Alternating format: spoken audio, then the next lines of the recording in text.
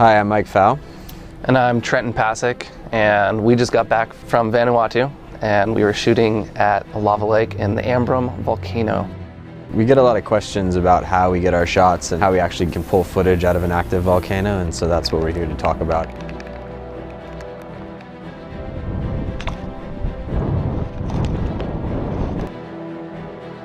It was definitely the most extreme environment that either of us had ever been in, and we pretty much knew nothing about it before we went there. Less people have been to the bottom of this crater than have been to the moon. Vanuatu, for those who don't know, is an island chain, several islands. They're mostly all volcanic, and it's west of Fiji by several hundred kilometers. So you have to fly multiple airplanes, get there, take a puddle jumper to an even smaller island that has no roads, no technology, nothing. And then from there get to the top of a volcano that you can't just walk to the top of, so you have to helicopter to the top of that. And then when you're there, it's still a 1,200-foot descent down the most unstable, gnarly terrain that you've ever seen to get down to the actual lava lake. We were camping up on top of the volcano for 13 nights. I made it down to the bottom 3 times, and we actually made it down there to shoot 2 different times. Thank you.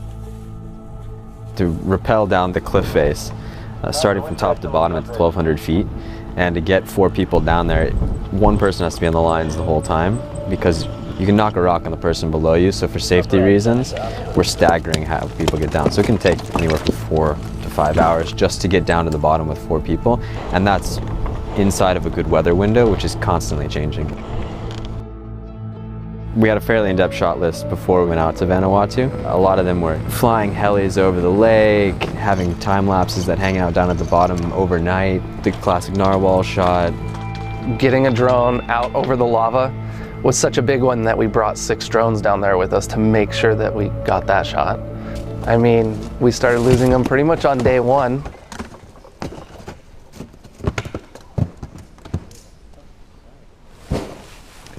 Did you lock that on? Next one. So that's how we lost the first drone, and from there the rest of our equipment came back pretty destroyed as well.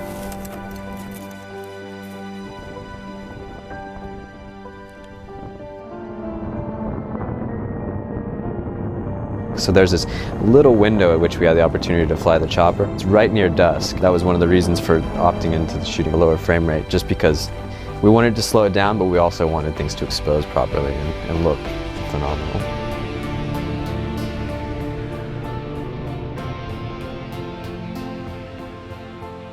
We had wanted to get some time lapses from the bottom of the crater. So since I was down there, I scoped out a good spot that shows the lava lake, or at least the glow from it, and it kind of shows how it moves and breathes and lives, and decided to set up a time lapse down there, just to make sure that the elements weren't going to get to it as much as I possibly could. I used an open back door on the actual housing, plus I put in anti-fog strips just because there's so much moisture down there. I just wanted to keep anything like that away from the lens.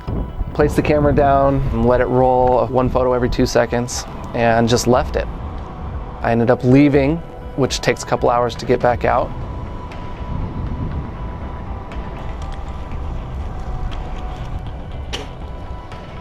Halfway up.